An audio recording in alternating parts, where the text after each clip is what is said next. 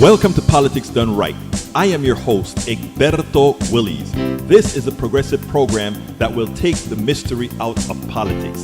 This is the program that will encourage you to make sure government becomes we the people.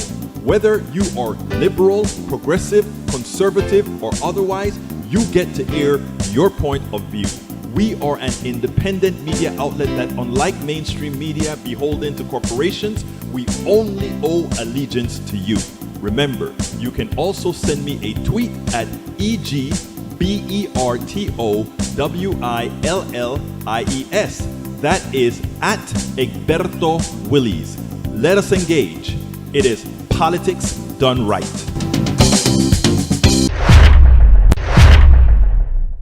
Well, folks, welcome to one more edition of Politics Done Right. I'm Egberto Willies, your host. Today is a wonderful, wonderful day. Of course, the Senate passed the COVID relief bill.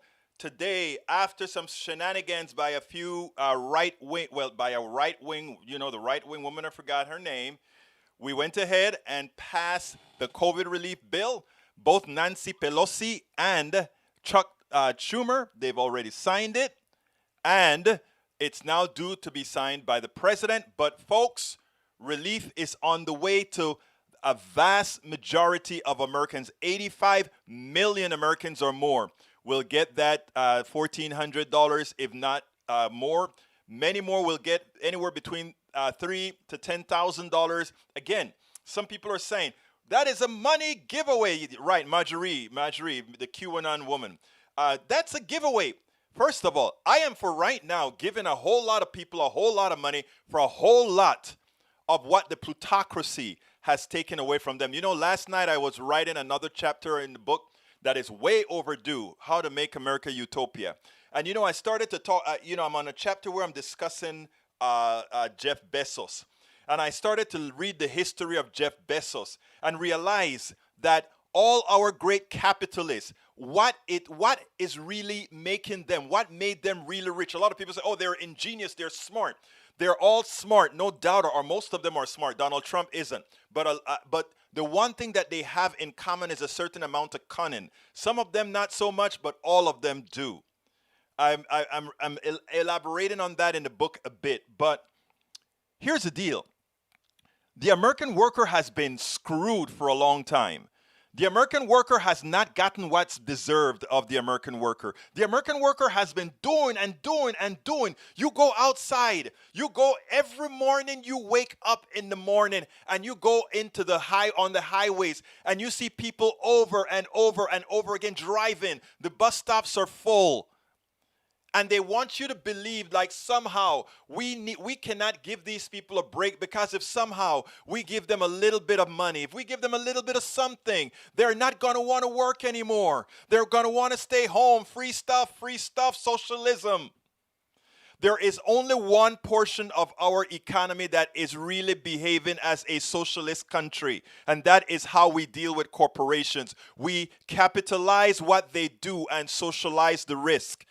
They pollute the ground. We clean it up. They claim bankruptcy. They pollute the water. We clean it up. They claim bankruptcy, because we have also instituted something called personhood.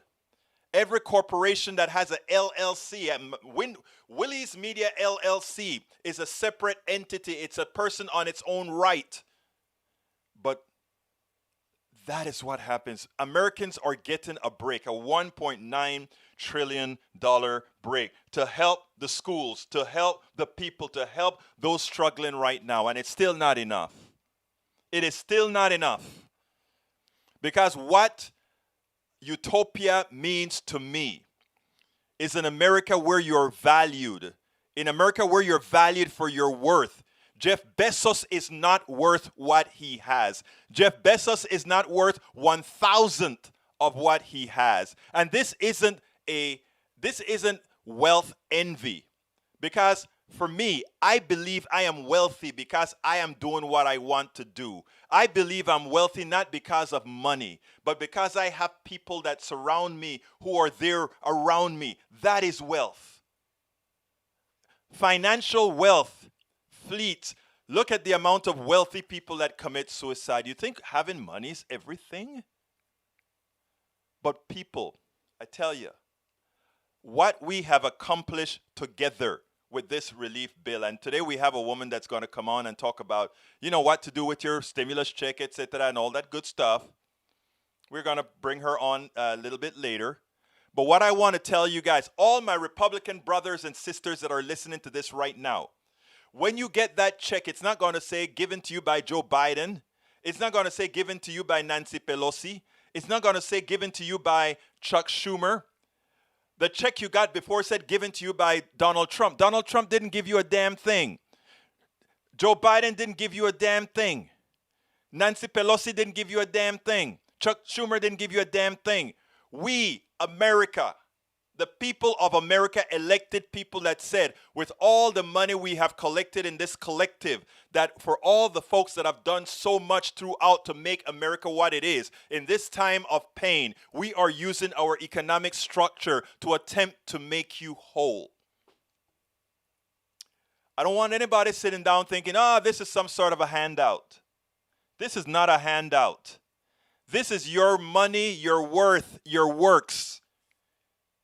I want you guys to know that when things get better, you will be out there working. Look at the people on the highways. Look at the people on the byways. Look at the people going to work every day. Look at those folks at the grocery stores with their masks on. Look at the doctors. Look at the nurses. Don't let anybody try to tell you that, the Democrats are just giving out handouts. No. What we are doing is making a society whole. And when society is whole again, everybody is going to be back again doing what everybody wants to do. And that is what 99% of us want to do. And that is to go out there and earn a living. Earn an honest living. Earn an honest wage. So when you're talking about these issues, don't ever let anybody tell you you're not worthy or you're getting something for nothing. Because I'm going to tell you, who has been getting something for nothing? Those corporate people have been getting something for nothing. Those bonuses that they get, something for nothing.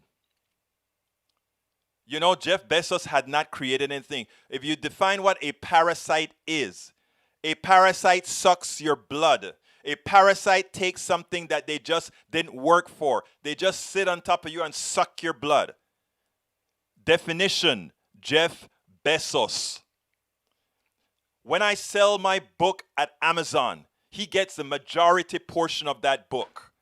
Most of the money from selling my book goes to Jeff Bezos. And I don't even mind, right? Because I know that there are other employees and so forth that they're making money off of that as well. I am happy for that. But the fact that on everything that is sold, he makes a piece and somehow he believes he is deserving of it. You know what he did? Why it's called Amazon? Do you realize he was trying to set up Amazon on a reservation so that he didn't have to pay taxes? So he's educated. He uses the roads, everything he uses that belong to the commons, that belong to us all. And he wants to go out there and sit down and put his business on a reservation. Why? Because he doesn't want to pay taxes. I'm going to tell you a quick story. Willie's Computer Software Company, my company did very, very well. And I remember seeing my tax bill and looking at it. And I remember my wife saying, hey, isn't there a way for you to hide your this and not pay that? I said, why? I never expected to make this kind of money. Never did. And I'll happily pay my taxes because you know what? You're fortunate to make enough that you have to pay a hell of a lot of taxes. I just don't get in people's minds. Taxes is a percentage of what you make. What is so damn bad about paying taxes? You're making your money off of what everybody buys. What's so bad about it? That's why it was so easy for me to drop everything and become a political activist and say, and live in poverty. But not poverty, but you know what I mean. That is why it was so easy. Because I realize what matters. And we should all realize what matters. because it'll stop all the fighting that we have among each other. Because a lot of the people that are fighting about stop taxing me, the tax and spend Democrats, they don't even pay taxes. Many of the people that are there complaining about, they don't realize what they're paying is Social Security taxes and next to nothing in income taxes, right? They don't realize that. They're fighting a false war because we are uneducated. The Powell Manifesto made sure that the schools made us uneducated. People, love you all. Learn. Let's all learn together. And Eric eventually was going to get it. Eric is eventually, look, I hate to say this, but Eric is still living with a mind in chains. Brother, I say that honestly with respect. You are living in the chains that were, remember what I've always talked to you guys about. We are now talking, slavery used to be the time when black people, I was the slave. But the plutocracy found something better because they had to feed me. They had to clothe me. They had to make sure I didn't get sick. And even when they whipped me, they couldn't whip me so badly because I had to produce. I was an asset, not a human being, an asset. But capitalism found an even better way to do it. A much better way. I don't have to enslave just people that look like Egberto black people. I can enslave us all. All. We just have to make it antiseptic. That's all. They don't even know what's happening to them. We just enslave their minds and make them believe that Jeff Bezos is worth what he has. Make them believe that society isn't really only successful if all of them are a part of it. You see? Brothers and sisters, you see all this stuff that people have put out there. We're all one, man. We're all one. White, black, blue, whatever. They realized that they had a much bigger pool of slaves by making it antiseptic. Antiseptic means, as opposed to having this guy living in complete bondage, I can give you the semblance of freedom. I can give you the semblance of all of this. But all the while, every day you do the same thing. You get up at 5, you get ready, and you go in and you serve the master, and he gives you a stipend, only a piece of what you are worth. You see? Think about it. And that Eric says he doesn't care about Jeff Bezos means you simply do not understand economics. It's not a zero-sum game. You have to be concerned about Jeff Bezos because Jeff Bezos is a sink, is a financial sink to everybody else. That's what Jeff Bezos is. He is the one that ensures you're down. But continuing with the program, I didn't intend to start this one. By the way, there's one Democrat that voted against the bill. He must be found, and we must let everybody know who he is so that is in his district, everybody understands that when they get that check, when they get that support, he voted against it. Let's make sure to elect somebody who is there for the people. Let's make sure to do that, people. Let's make sure. And every person that gets a check, every person that gets support, every person that gets that injection before the end of the year because we were able to do things right. Remember that not one Republican politician supported you. Remember, absent what Democrats just did, many of you would die. Absent what has happened with this bill, many of you would be 6 feet under.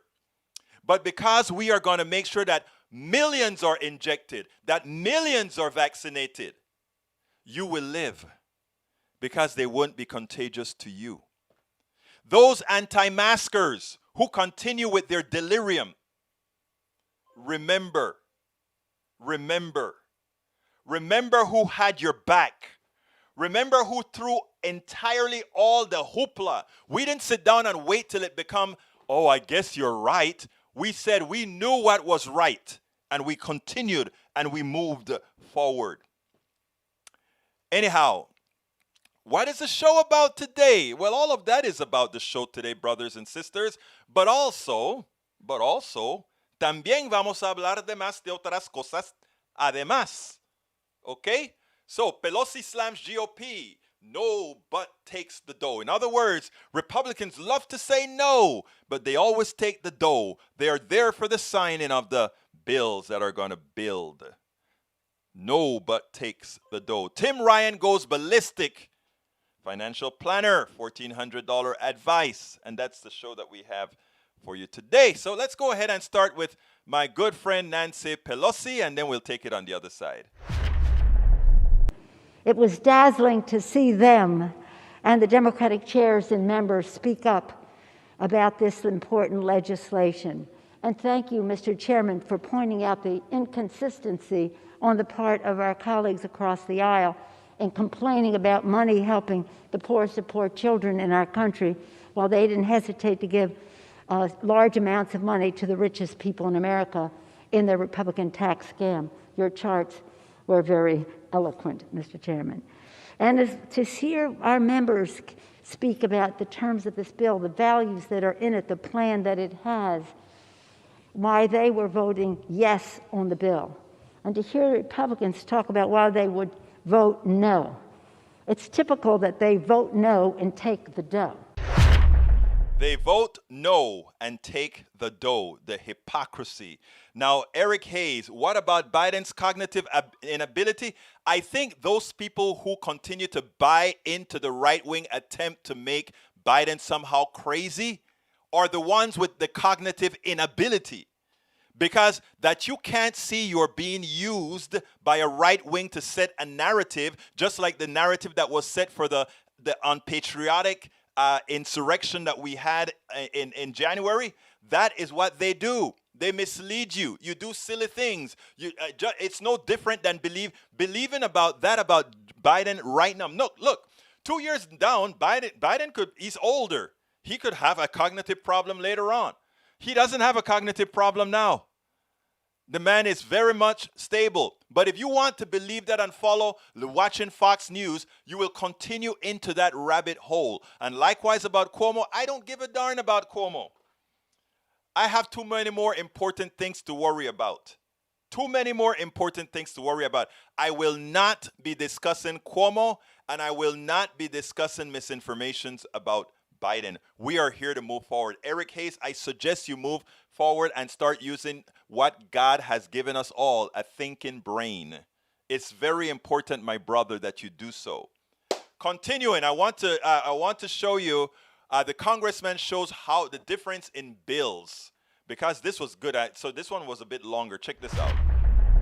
Gentleman from Massachusetts is recognized. Thank you, Mr. I yield myself such time as I might consume. Gentleman's recognized. Mr. Speaker, this pandemic has been ruthless. We are delivering much-needed help and relief to millions of our fellow Americans. In a few minutes, this chamber will pass and then send to President Biden a monumental piece of legislation that will begin to turn the tide of an unprecedented health and economic crisis. In the 33 years that I have served in this House, I don't know that I will ever cast a more important vote than what we are about to do, and of such great consequence. We heard the American people, and we went big. We proudly contributed substantial solutions that will strengthen our recovery from this virus and rebuild our economy to work better for all Americans. To contain the public health crisis and make health coverage more accessible, we are making the largest expansion of the Affordable Care Act since it was enacted. We are bringing down the cost for jobless Americans, saving them thousands of dollars in health insurance costs and more. We will also include assistance for nursing homes that are desperate to contain this virus. We are going to help those struggling to stay afloat by putting cash in their pockets, simultaneously creating liquidity and demand. And for the jobless, we extend federal unemployment benefits to keep them afloat for the better days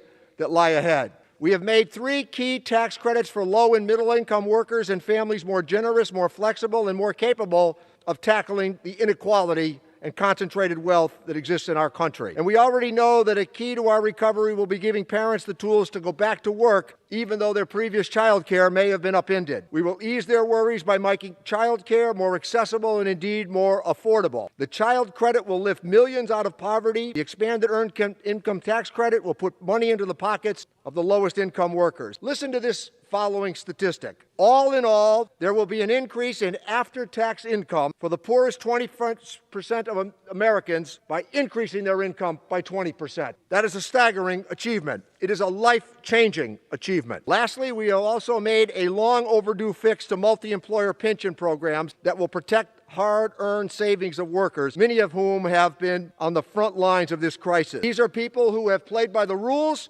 served our country in the military, and worked day in and day out with the promise of a secure retirement, not to have it pulled from under them. And I would remind all that 30 Republicans on 2 separate occasions have voted for this bill as a standalone measure. When I heard a previous speaker say this was a bailout, it's a backstop. We are not creating a narrative talking about changing lives. We are going to do it with this legislation. This legislation has the support of economists from the left, the right, and the center. This is about the power of ideas, but because it's what the American people want also. Let me be clear. The American people, regardless of political affiliation, overwhelmingly support this package because they know what is in it is badly needed to get to the other side of the crisis. I regret that the overwhelming support that I've just described has not been translated into unity in this chamber. This is bipartisan in America, even if it's not bipartisan in this chamber. Our colleagues on the other side have deemed workers who saw their entire industries evaporate perhaps unworthy of this moment. They've deemed working parents perhaps unworthy of this moment. And they have deemed the working and middle-class American family perhaps at this moment unworthy. I don't understand it. Instead, there has been a lot of talk about this package being too large and too expensive. But if there was ever a time to go big, this should be it.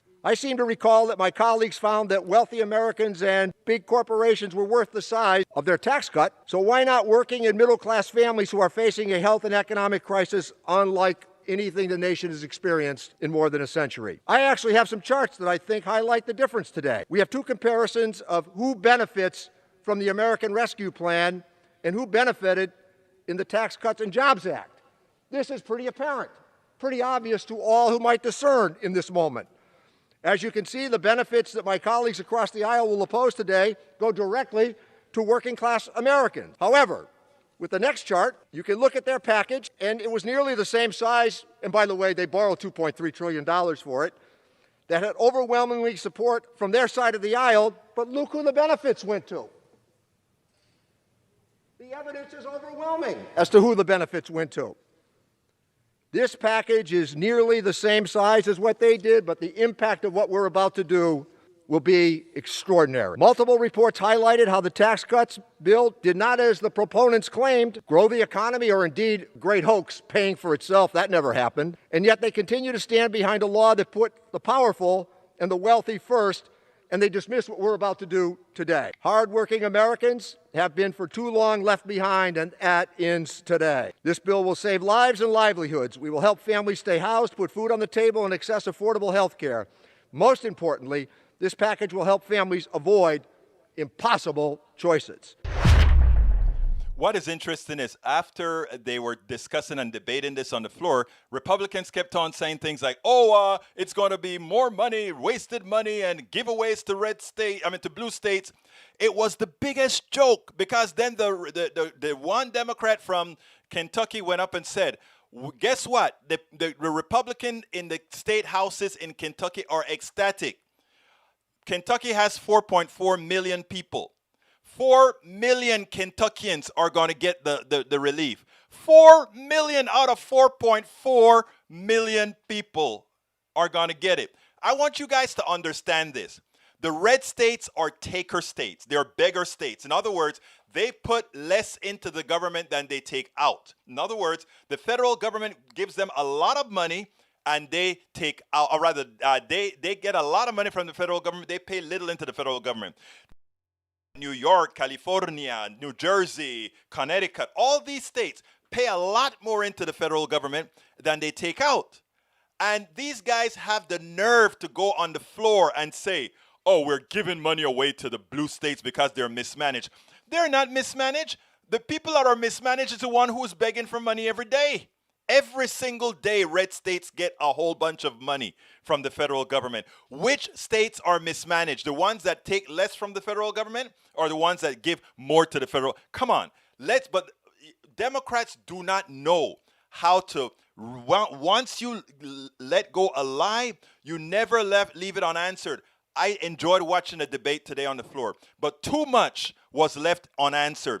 Every time that guy from the Republican side said something, the other person should say, please do remember, you are a beggar state. Because each one of those guys that complained from red states, they were beggar states. They were states that beg for money from the government. And no Democrat got up and said that because we are just too civil. We are just too nice. We are just too elitist to go out and say, no, folks, you guys beg. Let's get it right. We give you more money than you take out. So us getting a little bit more money right now for this pandemic is all worth it, beggars. I honestly think, as civil as I am, I think it is high time for Democrats to do that. And one of them did that yesterday. Heaven forbid we pass something that's going to help the damn workers in the United States of America. Heaven forbid. We tilt the balance that has been going in the wrong direction for 50 years. We talk about pensions, you complain. We talk about the minimum wage increase, you complain. Not giving them the right to organize, you complain. But if we were passing a tax cut here, you'd be all getting in line to vote yes for it. Now stop talking about Dr. Seuss and start working with us on behalf of the American workers. We need a hell of a lot more than that, but we need to go actually a bit more for the jugular. Let's see, Bridge MCP says, do you have this clip as a separate video? Maybe you can post it. Which one is that that you want? All the clips that I played today, Bridge, are in the blog post that I have. So if you go to egbertowillies.com, the last 3 blogs that I wrote are corresponding to these last 3 post that I did. So yes, I have it separated that you can get to right away, my dear sister. So yeah, I have that in a separate piece ready to go. All right, folks, before I go to our interview for today, I want to do our regular thing, saying, folks, if you are on YouTube, please go ahead and click that join button. Click that join button if you are on YouTube. Become una parte de la familia. Become a part of the family. It's very inexpensive to say, yes, I am going to support independent media. Let's make media do something. By the way, we call it PDR Posse because of what Bridge MCP, one of our members, did. And she also designed a cup for us, and I want you to see the cup design and the people who are using the cup. That is a cup that I have on the screen right now from Bridge MCP. And if you want to get that cup, you can go ahead, and I'm going to give you the link for that cup right now. The link to get that cup is right there. But by the way, if you don't see that join button on the YouTube screen, you can actually go to politicsdoneright.com/YouTube. That is politicsdoneright.com/YouTube. You can also support us by going to politicsdoneright.com/Patreon. Patreon is spelled Patreon. politicsdoneright.com/Patreon, Patreon. And of course, we always support PayPal because we need to go ahead and raise the monies to support us. Remember, I'm not a software magnate anymore. Not that I was a software magnate, but actually I had a very solid product. Look at Willie's Computer Software Company, but I had a really good product. Products, about 15, 20 of them. But anyhow, now, nada, niet, nada. So please go ahead and support us, politicsdoneright.com/PayPal as well. Now, if you want to support us at our store where you can get our t-shirts like this and hoodies and hats, and you see I have my own cup here as well from Bridge MCP, and underneath here it says done by Bridge MCP, designed by Bridge MCP. I like that. I love giving kudos to everybody who is a part of sending us stuff, giving us stuff as far as designing this stuff. You know, I always talk about Hope writing blogs for us and Norman doing us writing blogs for us. We are a family of doing the progressive thing to make sure we get our message out. So please, go to politicsdoneright.com/PayPal, politicsdoneright.com/Patreon, or politicsdoneright.com/store. If you want to get our book and don't want to get it at our store, you can go directly to Amazon. You're one that takes most of our monies. You can go to Amazon and get that book, and my book is called, I have several books, but the one that I have on the screen all the time is called It's Worth It, How to Talk to Your Right-Wing Relatives, Friends, and neighbors. I'm probably going to put it on a loop going forward where I rotate the different books that we have. But anyhow, let's go ahead and get ready to listen to our distinguished guests, and then we'll come back on the other side. Thank you so kindly for all being out here with us. Welcome to one more edition of Politics Done Right. I'm Egberto Willis, your host. Today we have a very special guest, Cindy Couyoumjian, certified financial planner, founder of Synergy Financial, and author of Redefining Financial Literacy, something that you've got to read. She believes that financial literacy is a moral imperative, which is why she devoted her professional life to help people understand the constantly evolving financial and economic landscape. She has 35 years in the industry. My God, I thought she was only 35. 8 security licenses, as well as a California insurance license. She's a leader in the financial industry, but also an innovator of investment methodology. Cindy's passion is to educate people on the importance of taking better care of their hard-earned money. Yeah, I need that.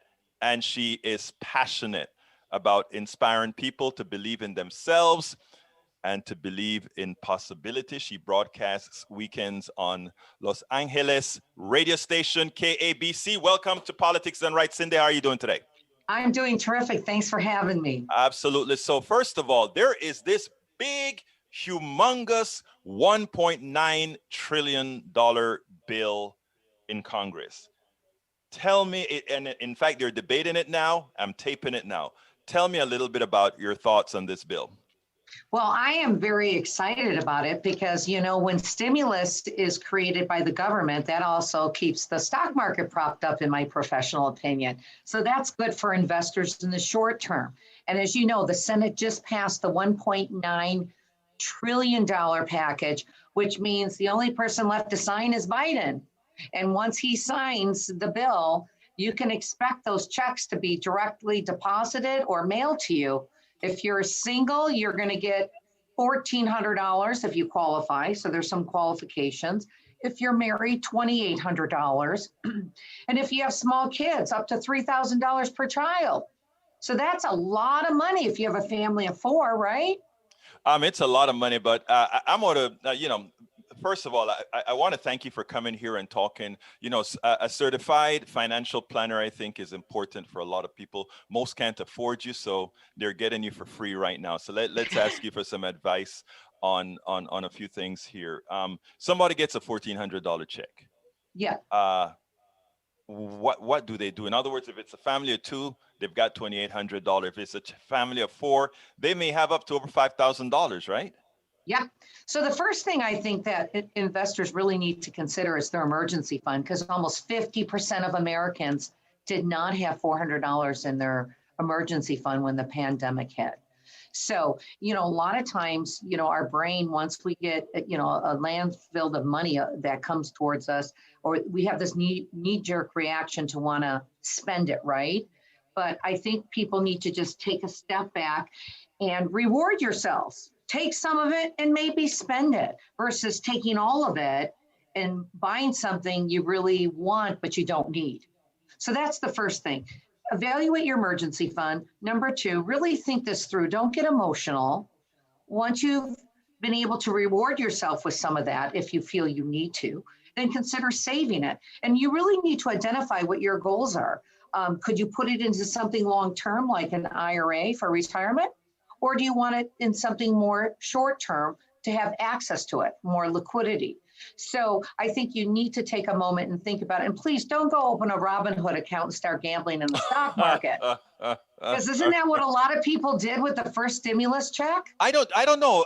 Cindy, do you know that for a fact? I wondered. I've heard that on some channels. People say, oh, they got a stimulus check and just went ahead and threw it into Robinhood. Do you really think that happened?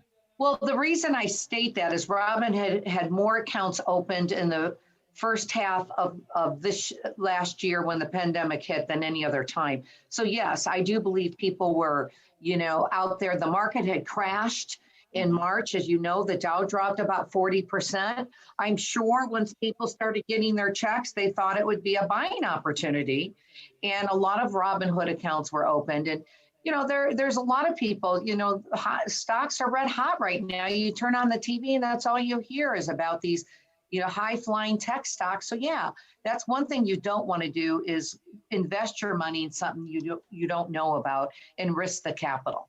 I think that is sound advice. But for another topic not to be discussed here, I just have a question for you because I think you should know this.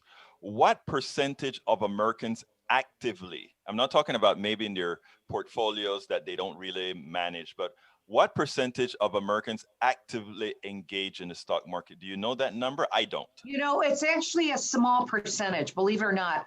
The largest percentage of people are companies that buy back their stocks, mutual fund companies, and institutions. I was just reading something about that last night, that a majority of the people that are in the stock market are institutions. The reason I asked that, Cindy, is because some of what I talk about, right? It is like we are a bifurcated economy. There are those that do things in the stock market, and then there are the rest of us. I mean, my stock market days are over. Political activism doesn't lend itself to stock market activities. A lot of stock market activities, that said. But anyhow, so you decide you're trying to tell folks when you get that stimulus, it's going to look like a windfall. Just don't go throw it out there. Be responsible with it. So what other financial mistakes should we be avoiding with this stimulus that comes? And then later on, as you're answering these questions, please start thinking about, there's a whole lot of commentary on the stimulus. And I want to hear your thoughts, not from hey, the stock market is going to look good, but whether it is a sensible plan or not. But first, what are the mistakes people make? Well, I think a lot of mistakes. This is the statistic. CNBC came up with a statistic last year, which is very alarming. 75% of Americans reject financial advice today. Reject financial advice today. And I think that's attributed to two factors. There's a new term in the field of psychology called the Dunning-Kruger effect. It's a new cognitive bias that people, unfortunately, think they know more about a subject than they do. And that's in all industries, okay? Right. I mean, when I get sick, I Google something, right? So the digital age, unfortunately, has made a lot of people access to information, but not knowledge. And that is a huge mistake because people are out there trying to do it themselves with the information that's on the internet or things that they Google. But information isn't knowledge unless an expert can interpret it. So that's definitely another mistake, is too many investors. JP Morgan actually did a recent study. In the last 20 years, the average individual investing their own money averaged about 2.8%. So not having somebody, a financial coach, a financial advisor, a certified financial advisor guiding you is critical in your success, along with getting financial empowerment. And I see with the digital age, people aren't reading anymore. And, I'm authoring a book, April 6th, and it's on Amazon right now, Redefining Financial Literacy. I am going to have a link to that book because I think in our economic system, I am not a fan of our economic system, but if we're in the framework of our economic system, I think it is important that you know the parameters under which to act. So please continue. But I just wanted to say that I see a reason to have a book like yours. Well, the book is really on economic and political risk. Things that you probably would enjoy, because I believe it's politics and economic ideologies that put us at a disadvantage in America when it comes to our retirement system and our three-legged stool for pension, Social Security, and the 60-40 model. So again, once you've taken, you've taken your emotions, put it aside, and started to think about the money logically, the next thing you really need to do is prioritize your goals, your investment objectives, and find a strategy. Even dollar cost averaging into investments is a great way to go. And I always like to tie some money up over the long run because it keeps us from wanting to go get at it. Because if the money is always in a liquid investment, you're going to be very, very open to just, hey, I need that purse, or I need that, this and that, or so trying to tie some of that money up in a long-term investment, such as an IRA or a Roth IRA, would be recommended, so that you can't really touch that till 59 and a half.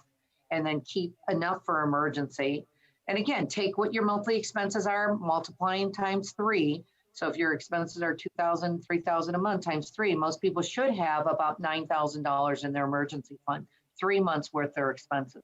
Well, let me but just first say, I think as planners who know what they're doing is really a godsend. I mean, the economy is the different pieces of our economy can be complex as they are, and they are more complex than I think they need to be. But that means we should have. And let me tell you, I can tell you the reality about thinking you know more than you do when it comes to stock market, etc. Guilty as charged. I remember earlier I lost a ton of money on AOL. I remember when AOL was bought Time Warner. I just thought it was the greatest thing since apple pie. Lost my shirt, but but how true it is that you give a monkey a dart to throw at something and he does just as well as a stock picker. Is that true? Yeah, I mean, when it comes to your 401ks, I ask a lot of my clients, how do you pick your 401ks? They said, well, I asked my friend. I look at the returns, whatever is the highest return I allocate. So, and it's unfortunate because it's not your fault. The educational system in this country has not equipped us with financial literacy, and the financial service industry doesn't help educate. So investors more so today, more than ever, are on their own. So to reach out to a qualified professional who can be your financial coach, put you on track, set your goals and objectives up, and monitor that to make sure you're getting exactly where you want to go is critical, more so than any other time in history. Cindy, that is one of the most prescient statements. Our educational system has failed us in so many ways, financially, politically, and otherwise. Yes. Now, back to the question that I asked you to think about, as far as the bill in general, do you think it's a net positive?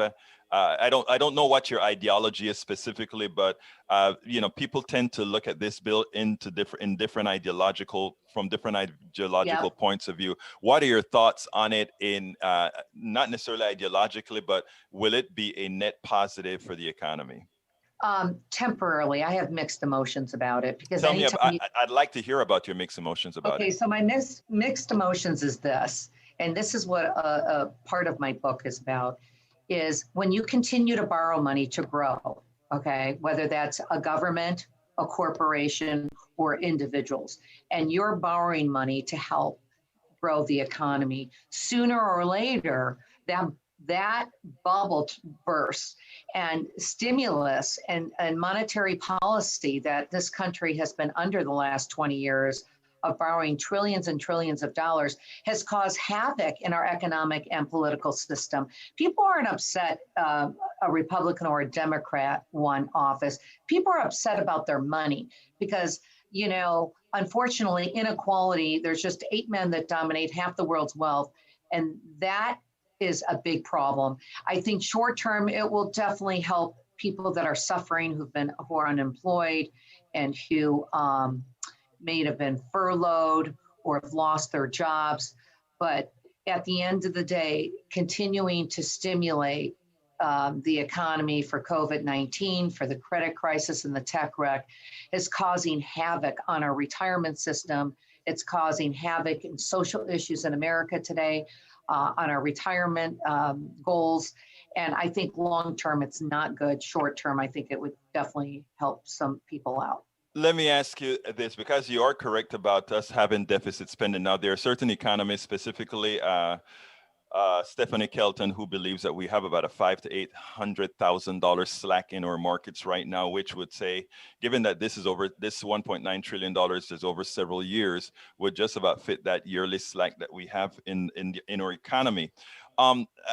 And I know you're a financial planner, but to be a financial planner, you had to have some economics 101 as well. So let me ask you your thoughts on this, because I've been promoting this a whole lot. Most of the things that people are concerned about with our deficit spending is that we're in the long run going to get an overheated economy, inflation, etc. But right now we have such an underinflated economy where there's so much work to be done. There are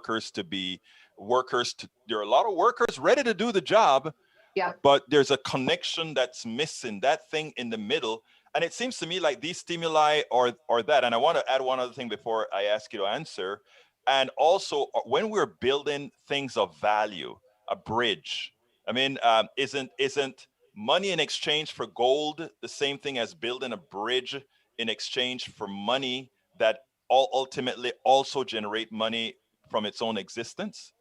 Yes, but you need the jobs, right? A lot of our Right. jobs have been, eliminated and taken through globalization. And, I just think that, a few in the country benefit from what's happening in this economic Exactly. ideology we have today. And I think the middle has really gotten hurt. And I just think when capitalism isn't working, in my professional opinion, we just need to tighten things up and Hold, balance. hold on a second. Hold on a second, Cindy. Hold on a second. Did I Yeah. just hear you say what you said? Yeah, I believe that, when the SEC allows companies or they repeal laws and allows companies to buy back their stock and not pay wages to the middle, as much as I know, wages to Americans have been Stagnant. slightly stifling for 20 years. Companies have used their profit instead of build their company up and give it to their employees. They've bought back their stocks. They've elevated the stock market because the IRS years ago said you can't pay a CEO more than $1 million. You can't write it off in a company. So companies have been given these stock options. And of course, if they take all their profits and buy back their stocks, they can sell their stock options. And it's the way the wealthier has gotten wealthier in the country. I understand tax cuts are good for the middle class, but when you reduce taxes for corporate America, like we did a few years ago, the administration thought they would give it back to the people. They don't give it back to the people. They keep it for themselves.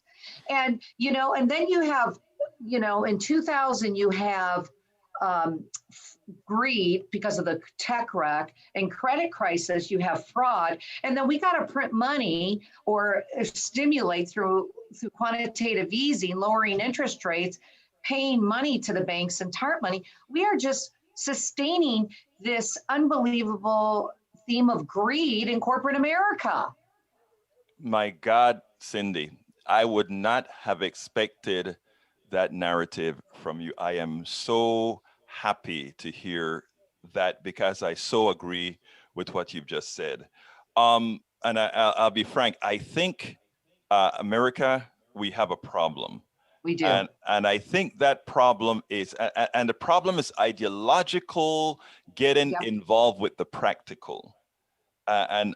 Because, like I said, when you came on here and you said, "Oh, I'm from Orange County," all the stereotypes go up about Orange County, right. California, etc. Right? And also being a financial planner and all of that. I mean, I want to learn from you, but I also know that there may be certain biases within you that to go through. But then to hear you say what you just said, understanding what the issue and the problems are that most of us progressives understand, and to have somebody that I'll just say it. I don't think you're a progressive, but it's amazing that you just came out and gave a progressive litany. I find that we have to find some way that we can tell those guys who are running things, this is what's going to help us all. Well, let me tell you why. Because it's correlated to how I invest your money. Most investors have money in stocks and bonds, right? Mm-hmm. So we know interest rates have gone as low as zero. How am I going to get income when I'm a retiree? The second half of it is, what am I going to do as a retiree? Put all my money in the stock market and lose 40%?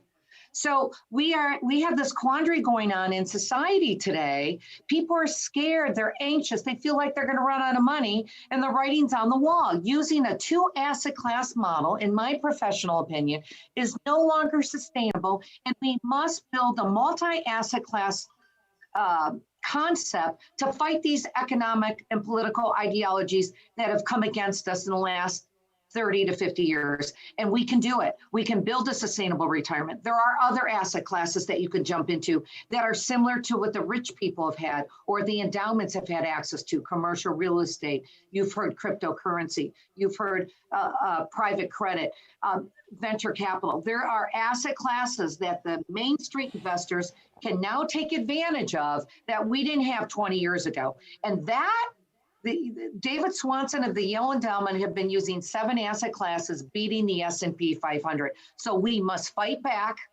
We must get educated and empowered that we can invest like the wealthy elites in this country, as well as the largest institutions in America.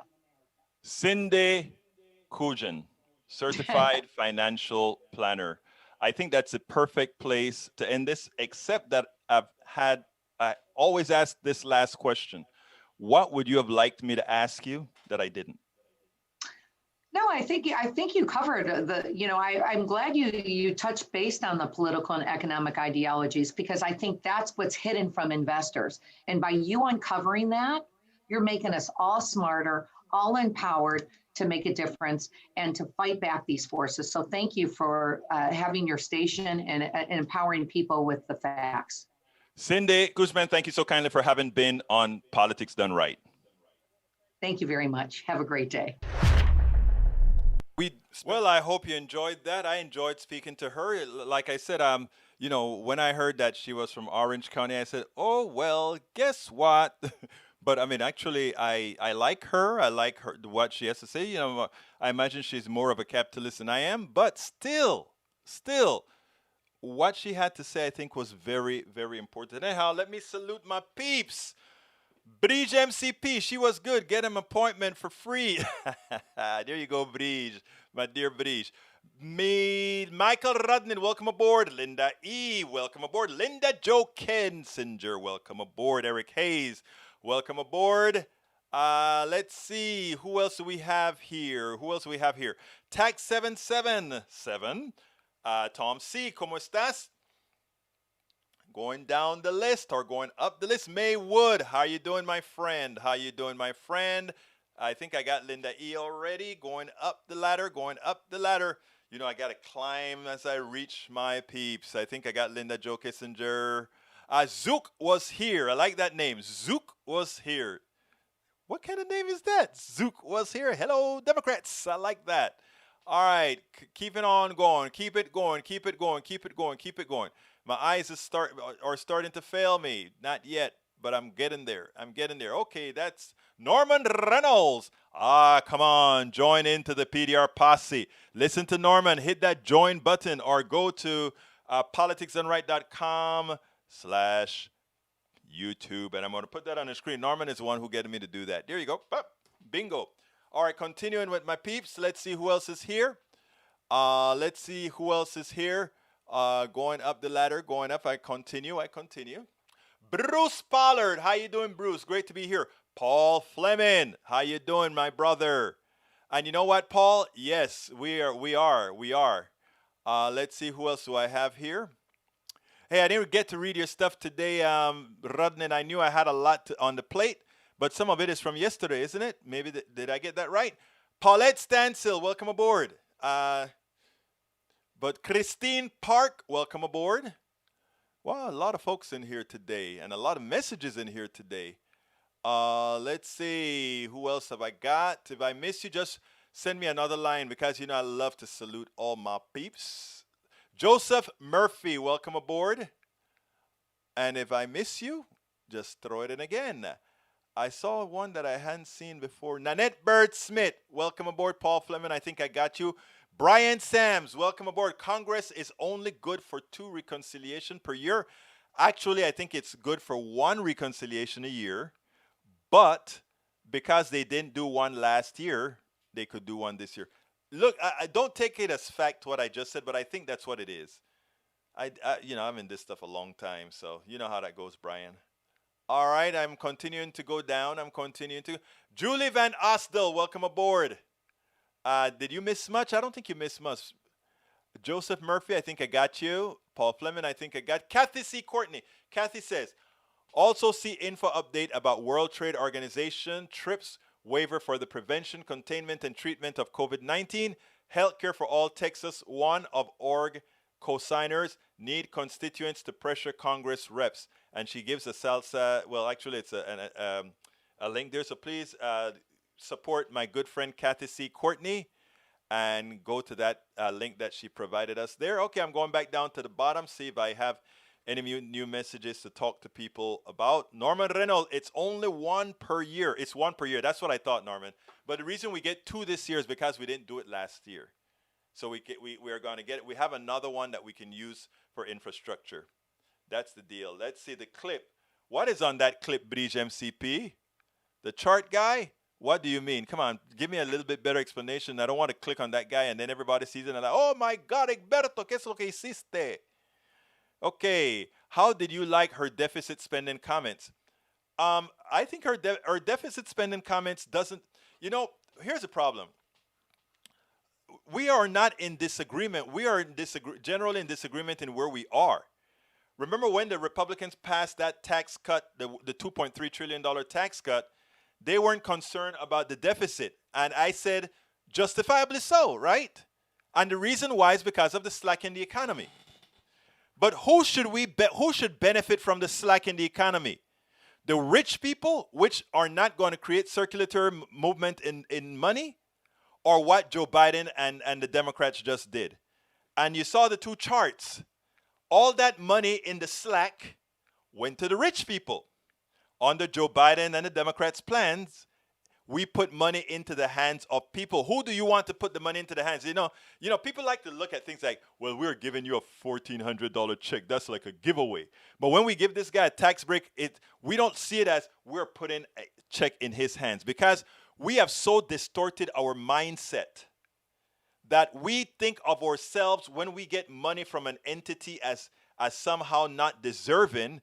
But when that guy gets a tax cut or a tax break or even a tax credit or a payment because he's a business, somehow it's looked at differently. It's how we were trained. It's how we were indoctrinated to stay slaves. Mike Smith, welcome aboard.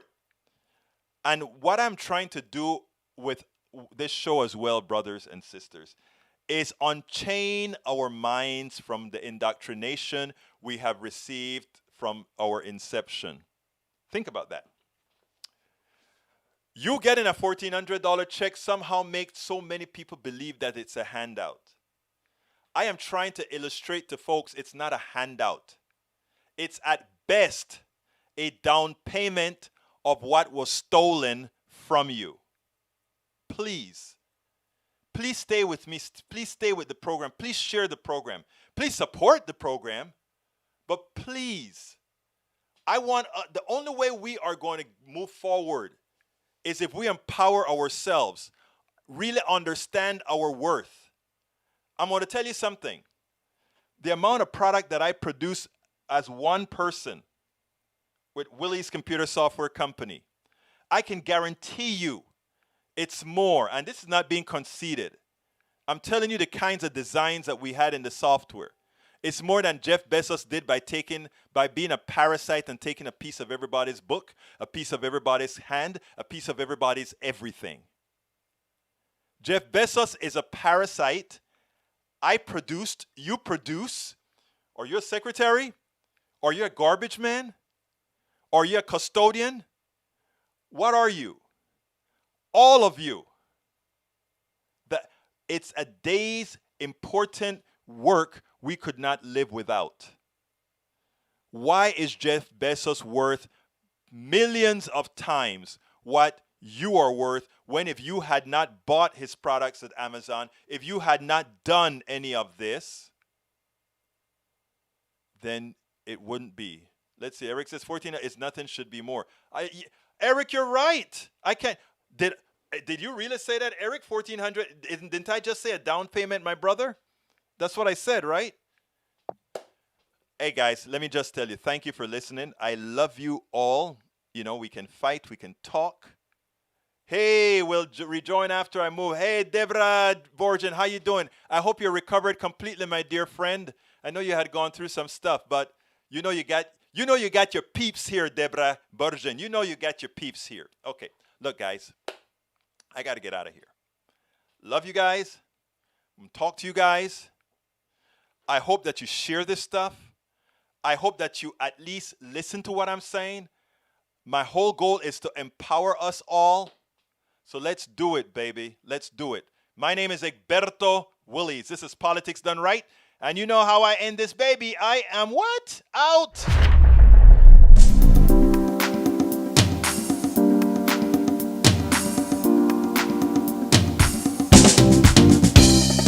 Welcome to Politics Done Right.